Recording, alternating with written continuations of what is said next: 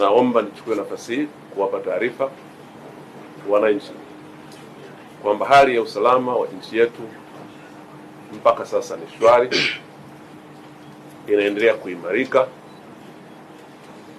baada ya shida tuliyopata tarehe 29 ya mwezi Oktoba wakati wa uchaguzi, na vurugu zikatokea na hasara nyingi zikatokea,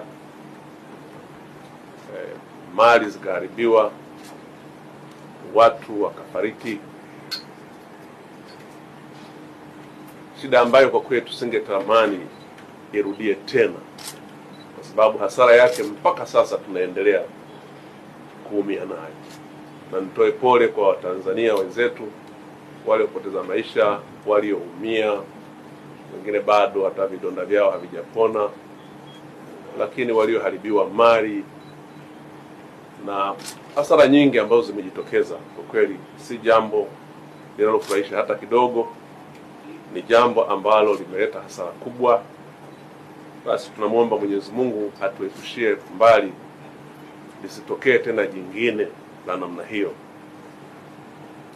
Hata hivyo, wakati tunaendelea na kuimarisha hali ya usalama na kwa kazi nzuri inayofanywa na jeshi letu la polisi kwa kushirikiana na vyombo vingine vya ulinzi na usalama, lakini pia wananchi wanatoa ushirikiano wa kutosha kushirikiana na jeshi letu la polisi, lakini viongozi mbalimbali pia wamesikika wakieleza umuhimu kama taifa kulinda amani ya nchi yetu kama jambo na tunu muhimu ya ustawi wa maendeleo mengine. Nichukue nafasi hii kuwashukuru sana viongozi wetu wa dini kwa nyakati tofauti tangu tarehe za mwanzo wa mwezi huu. Zimetolewa kauli zinazotia moyo, zinazofundisha wananchi na waumini wao juu ya umuhimu wa amani katika taifa. Wamefanya hivyo na katika mahubiri, katika matamasha, katika semina na kwa kutumia majukwaa mbalimbali. Napenda nichukue nafasi hii kuwashukuru bila kuwataja viongozi wote wa dini. Wamefanya kazi nzuri sana kulituliza taifa. Tunawapongeza, tunawashukuru sana kwa niaba ya serikali. Wamefanya wajibu wao huo vizuri. Ni vizuri wananchi tukathamini na kuheshimu mahusia haya ambayo wamewatoa viongozi wetu wa dini, lakini viongozi wetu wa kijamii katika maeneo tofauti tofauti. Kama ambavyo mmesikia, tarehe 3 jeshi la polisi lilitoa taarifa ya tishio jingine ambalo linahamasishwa kwenye mitandao na wanaharakati mbalimbali na watu mbalimbali wasioitakia mema nchi yetu. Wameendelea kuhamasisha na kusema tarehe 9 ya mwezi huu wa 12, yani kesho, tuna watu wanahamasisha na kupanga kufanya maandamano wanayoyaita ya amani yasiyokuwa na ukomo. Maandamano hayo ya amani yasiyokuwa na ukomo hayaonekani yanaombwa na nani, kwa utaratibu gani, lakini maandamano ambayo tunafahamu sisi yaliyo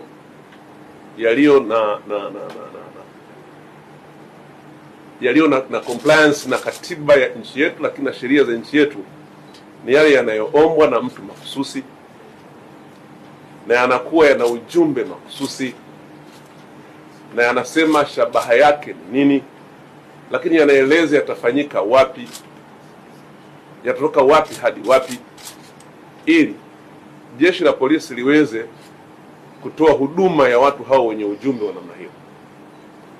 Haya yanayoelezwa kama ambavyo imeelezwa katika taarifa kwa umma ya jeshi la polisi iliyotolewa tarehe 5 ni kwamba hayana muombaji, hayaelezi yanatoka wapi kwenda wapi, hayaelezi ujumbe ni nini, ila tu yanaeleza kwamba yatakuwa hayana ukomo, na tunaambiwa kwamba ni makubwa kuliko yale ya tarehe 29. Ndugu zangu wanahabari, kama yakiwa hayo ni maandamano yasiyo na ukomo, maandamano ambayo ni makubwa kuliko yale ambayo watu walichoma mali za watu, walichoma vituo vya mafuta, walichoma majengo ya serikali, wamechoma vituo vya polisi, yale yaliyosababisha watu wakafa. Sasa hayo tunayoambiwa ni makubwa zaidi ya hayo. Sasa hayo sio maandamano, kwanza kwa sababu hayana kibali kwa mujibu wa sheria, lakini pili, hayaeleweki yanafanywa na wakina nani ili tujue hata tuzungumze nao, lakini tatu, yanaambiwa hayana mwisho. Maana maandamano kwa mujibu wa sheria yetu ya polisi na polisi wasaidizi sura ya 322 kama sikosei, yameelezwa wazi kwa sifa hizi na vigezo hivi nilivyovisema. Kwa hiyo nimewaita hapa kujaribu kutumia vyombo vyenu vya habari kuwaambia Watanzania maandamano hayo ni haramu, hayaruhusiwi, na tutumie nafasi hii kuwaomba sana wale wote ambao wanashabikia, wale wote ambao wanaona wao wameichoka amani, wale wote ambao wanaona hata mateso tuliyopata katika kipindi hiki wanaona hayatutoshi, wanataka kutuongezea tena mengine, tuwaombe sana kwamba maandamano kwa kuwa hayana kibali na hayapo kwa mujibu wa sheria, hayakubaliki na ni kinyume cha sheria, na kwa hivyo vyombo vyetu vya usalama vitayadhibiti. Na kwa hiyo ndugu zangu,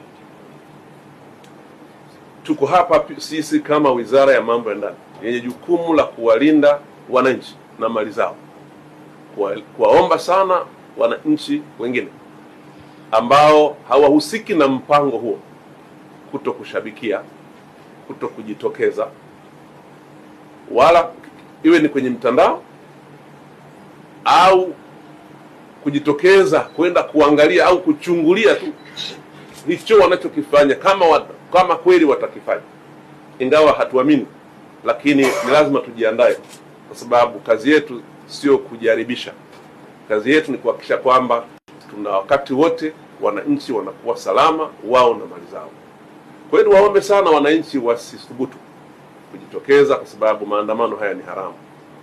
Maana kuna wakati mwingine wengine wanajitokeza bila hata kujua pengine anachokimbilia ni kitu gani, na kujikuta amejiingiza kwenye kitu asichokifahamu. Kwa hiyo mjizuie kuhamasisha kwenye mitandao, mjizuie pia kushiriki kwa namna yoyote ile, lakini mtusaidie pia kutoa taarifa pale mnapohisi kuna viashiria vya watu ambao wanataka kutekeleza mpango wa kuleta maandamano ya siku hiyo ya tarehe 9 kwa maana ya kesho. Naomba pia nichukue nafasi hii kutoa taarifa kama wajibu muhimu sana kwa vyombo vyetu ili viweze kufanyia kazi hizo taarifa, basi liwe jukumu ambalo wananchi wote kwa mapenzi tulionayo kwa nchi yetu tutalitekeleza. Na Jeshi la Polisi limebainisha namba mahususi, tutawapatia hapa namba ili ziweze kuwasaidia kuweza kutoa taarifa kuwapa wananchi, na wananchi watakapoona kuna matukio au kuna viashiria au kuna watu wanapanga jambo hilo, basi waweze kutoa taarifa hizo.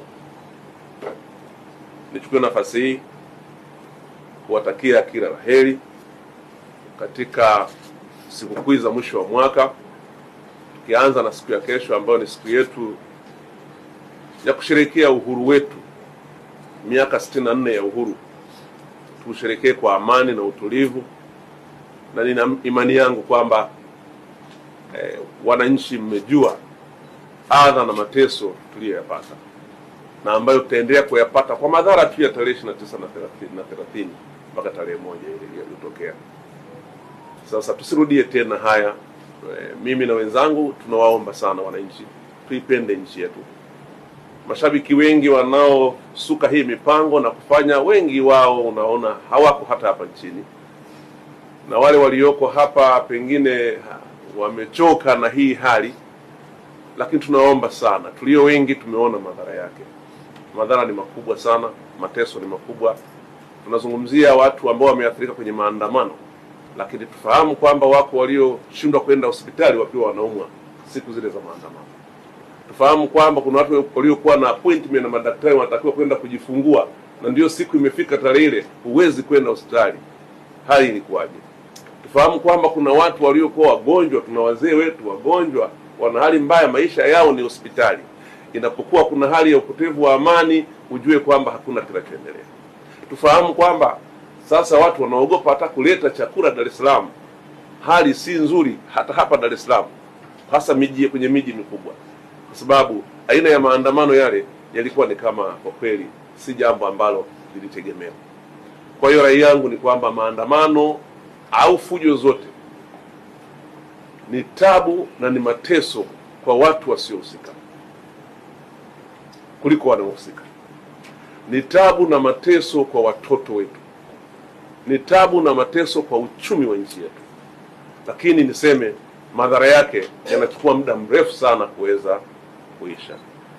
Kwa kama nilivyosema, niwatakie kila heri siku ya kesho tunaposherehekea sherehe hizi za uhuru miaka 64, lakini pia Christmas tuisherehekee kwa amani na mwaka mpya, ili haya yaliyopita kwa kweli tuombe Mungu yasirudie tena, na niwaombe mpeleke taarifa hizi kwa umma ili umma uweze kujua na kutusaidia ili tuweze kutuliza hali ya nchi.